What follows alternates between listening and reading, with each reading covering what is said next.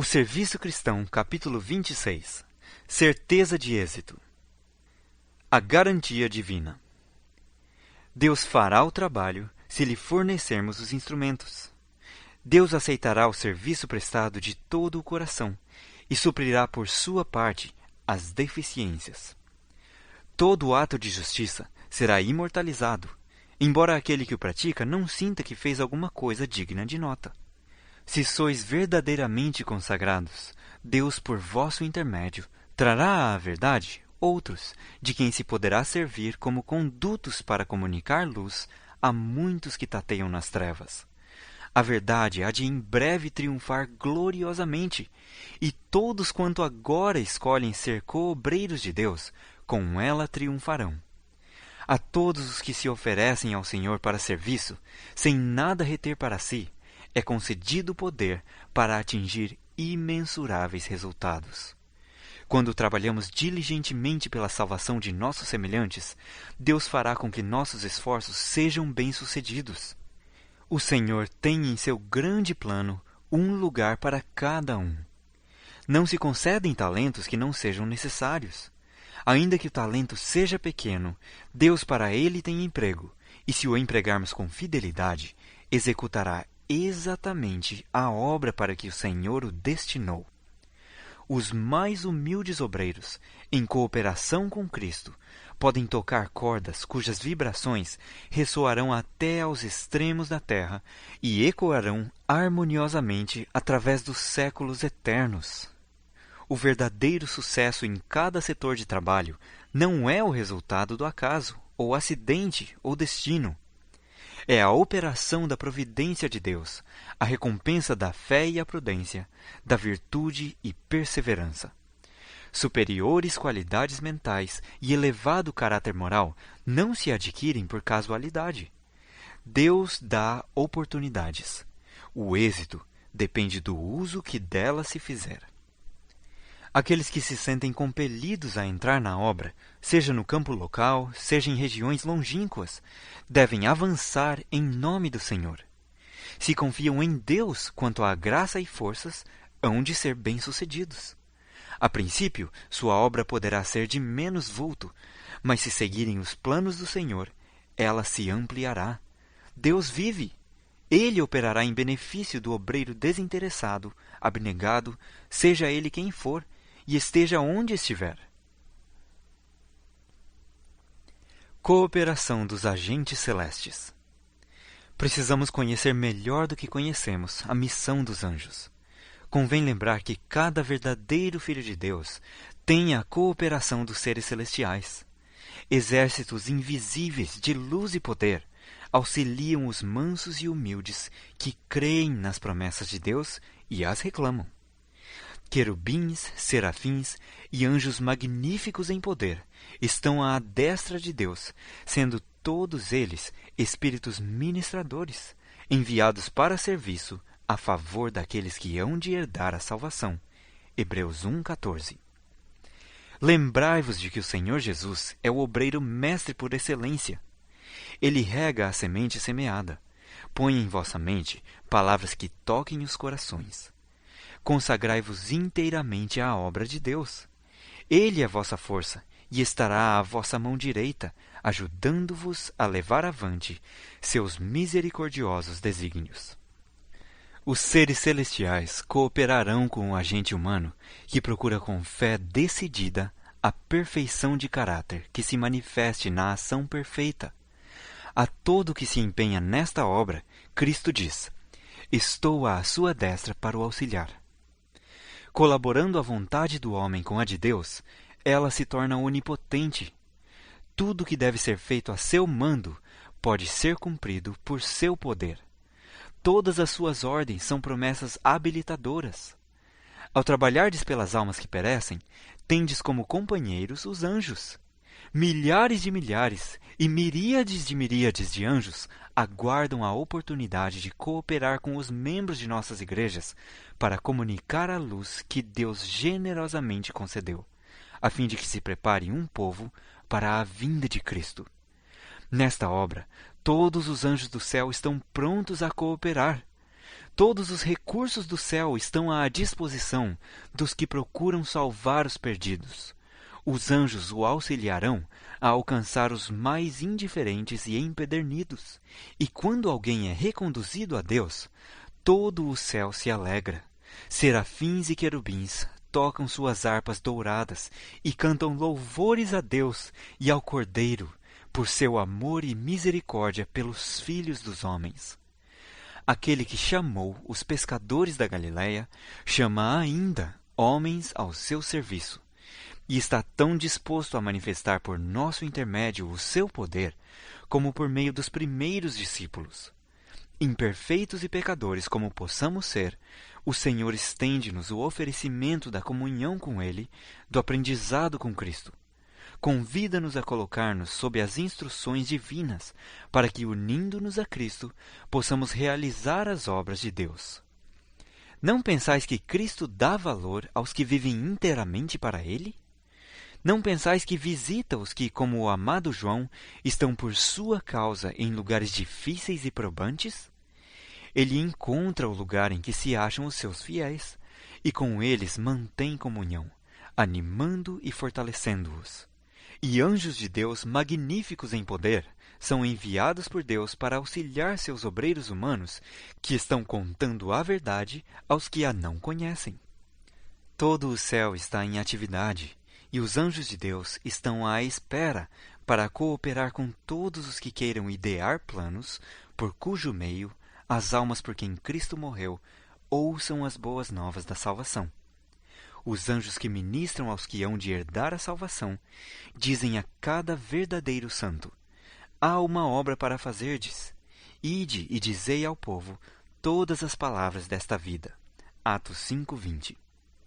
Se todos a quem esta ordem é dirigida a ela obedecessem, o Senhor diante deles prepararia o caminho, dando-lhes a posse dos recursos com que irem. Em tal tempo como este, cada filho de Deus deve estar ativamente empenhado em ajudar a outros. Quando os que têm compreensão da verdade bíblica procuram buscar a homens e mulheres que estão ansiando por luz, anjos de Deus os assistem. E aonde vão os anjos, ninguém precisa temer ir avante. Como resultado dos fiéis esforços de obreiros consagrados, muitos tornarão da idolatria para o culto do Deus vivo. Muitos cessarão de prestar homenagem a instituições de feitura humana e se colocarão destemidamente ao lado de Deus e sua lei. Os principados e potestades do céu estão observando a luta em que, sob circunstâncias aparentemente desanimadoras, os servos de Deus se acham empenhados. Novas conquistas estão sendo conseguidas, novas honras ganhas, ao saírem os cristãos arregimentados em torno da bandeira de seu Redentor, para combater o bom combate da fé. Todos os anjos celestiais estão ao serviço do humilde e crente povo de Deus, e ao entoar o exército de obreiros do Senhor seus cânticos de louvor aqui na terra, o coro celestial une-se com eles no louvor a Deus e a seu Filho. Não é o poder que procede dos homens que torna a obra bem-sucedida, mas o que provém dos seres celestes, operando por intermédio do homem. Este é o que leva a obra à perfeição. Um Paulo pode plantar e um Apolo regar, mas é Deus quem dá o crescimento. O homem não pode fazer a parte da obra que pertence a Deus.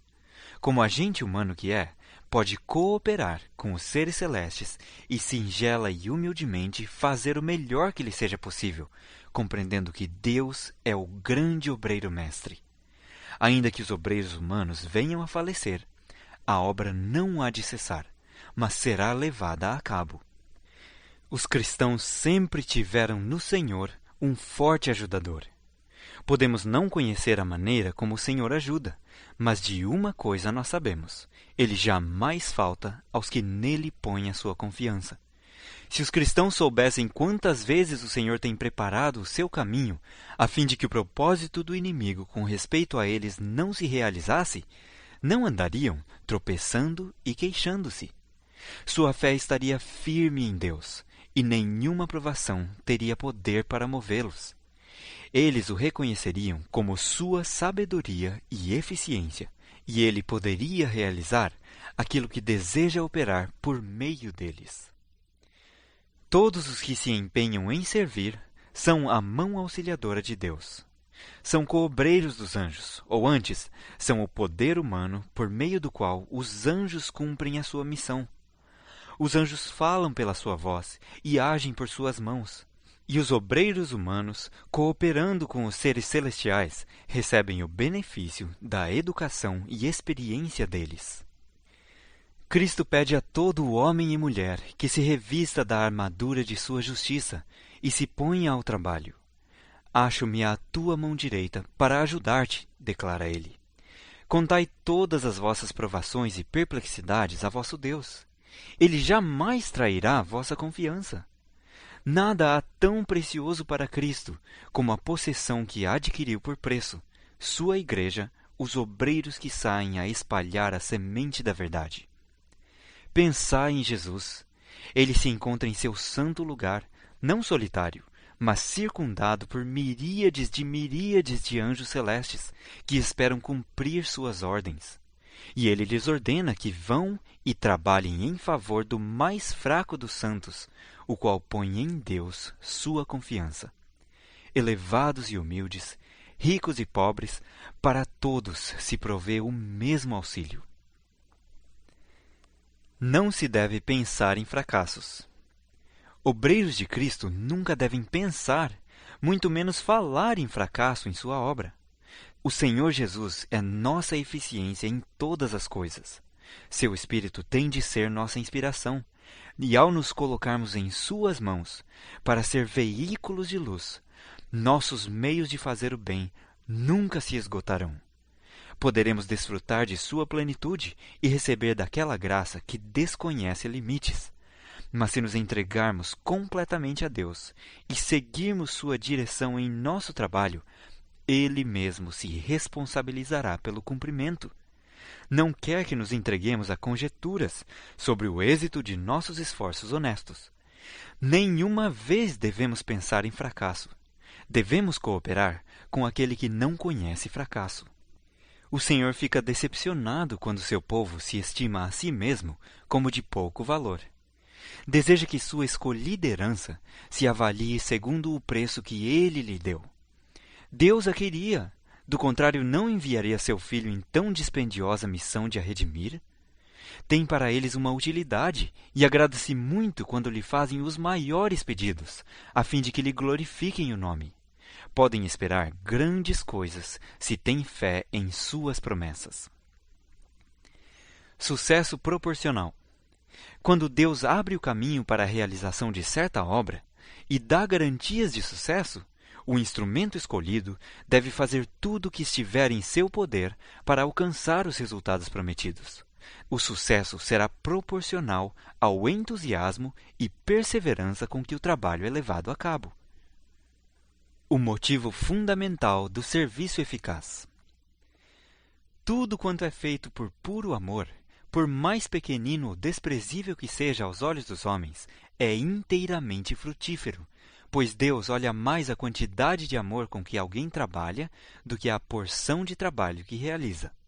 10 obreiros verdadeiramente convertidos, de boa vontade e abnegados, podem efetuar mais no campo missionário que uma centena deles que limitem seus esforços a fórmulas estabelecidas e que defendam regras maquinais, trabalhando sem profundo amor pelas almas. Não são as capacidades que agora possuímos ou havemos de possuir que nos darão o êxito. É o que o Senhor pode fazer por nós. Deveríamos depositar muito menos confiança no que o homem é capaz de fazer e muito mais no que Deus pode fazer para cada alma crente. Anseia Ele que lhe estendamos as mãos pela fé. Anseia que esperemos grandes coisas dele. Anela dar-nos sabedoria, tanto nos assuntos temporais como nos espirituais. Pode aguçar o intelecto, pode dar tato e habilidade. Empreguemos nossos talentos na obra, peçamos a Deus sabedoria e ser-nos-á dada. O óleo da graça dá aos homens o ânimo e supre-lhes os motivos para fazer cada dia a obra que Deus lhes designa. As 5 virgens loucas tinham lâmpadas, isto quer dizer, o conhecimento da verdade da Escritura, mas não tinham a graça de Cristo. Dia a dia, passavam por uma rotina de cerimônias e deveres formais, mas seu serviço era destituído de vida, vazio da justiça de Cristo. O sol da justiça não brilhava em seu coração e entendimento, e não tinham o amor da verdade, que adapta à vida e ao caráter a imagem e inscrição de Cristo. O óleo da graça não era misturado com seus esforços. Sua religião era uma casca seca, sem a amêndoa interior. Apegavam-se a formas de doutrinas, mas enganavam-se em sua vida cristã, cheia de justiça própria, deixando de aprender as lições na escola de Cristo, as quais praticadas, tê-las-iam feito sábias para a salvação. A obra de Deus tem de ser levada a termo pela cooperação de agentes divinos e humanos. Aqueles que têm demasiada confiança em si mesmos podem ser aparentemente ativos na obra de Deus, mas se não oram, essa atividade de nada aproveitará. Pudessem eles olhar para dentro do incensário do anjo que se acha junto ao altar de ouro, diante do trono circundado pelo arco-íris, e veriam que os méritos de Jesus se têm de misturar com nossas orações e esforços. Do contrário, eles se tornarão tão sem valor como a oferta de Caim. Pudéssemos ver toda a atividade dos instrumentos humanos, tais como ela se apresenta diante de Deus, haveríamos de ver que unicamente a obra efetuada mediante muita oração, santificada pelos méritos de Cristo, há de suportar a prova do juízo. Quando tiver lugar o grande exame, a vez de verificar e discernir a diferença que existe entre o que serve a Deus e o que o não serve. A religião formal não atenderá às necessidades da época presente. É-nos possível praticar todos os atos externos de culto e, ainda assim, estarmos destituídos da influência vivificante do Espírito Santo, como do orvalho e chuva os montes de Gilboa. Necessitamos todos da rega espiritual, bem como dos brilhantes raios do sol da justiça, para nos suavizar e subjugar o coração. Devemos estar sempre firmados nos princípios como uma rocha. Os princípios bíblicos devem ser ensinados e também apoiados por santa prática. O sucesso não depende tanto de talento quanto de energia e boa vontade. Não é a posse de esplêndidos talentos que nos capacita a prestar serviço aceitável, mas a conscienciosa realização dos deveres diários, o espírito contente, o interesse sincero e sem afetação no bem-estar dos outros. Na mais humilde sorte pode ser encontrada verdadeira excelência. As tarefas mais comuns, executadas com amorável fidelidade, são belas à vista de Deus. A estrutura simétrica de um caráter forte e belo baseia-se nos atos individuais do dever, e a fidelidade deve caracterizar nossa vida nos seus mínimos pormenores, bem como nos máximos. A integridade nas pequenas coisas, a realização de pequenos atos de fidelidade e pequenas ações de bondade alegrarão a senda da vida, e quando terminar a nossa obra na terra, verificar-se-á que cada um dos pequenos deveres fielmente cumpridos exerceu uma influência para o bem, influência esta que jamais poderá perecer. Deixar com Deus os resultados.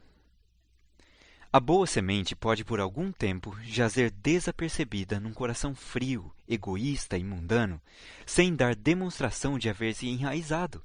Porém, mais tarde, tocando o Espírito de Deus à alma, a semente oculta brota e, finalmente, produz frutos para a glória de Deus. Não sabemos durante toda a vida qual prosperará, se esta ou aquela. Isto não é de nossa alçada.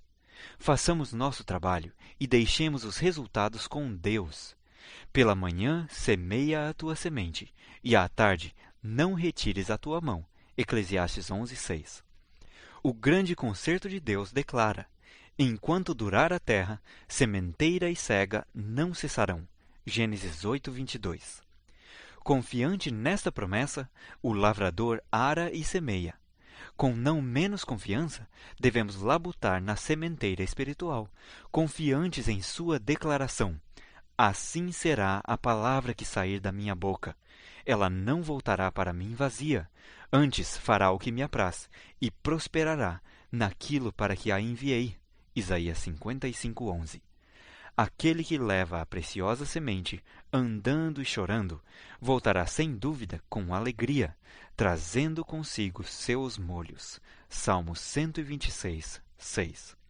O fim do capítulo 26 do Serviço Cristão.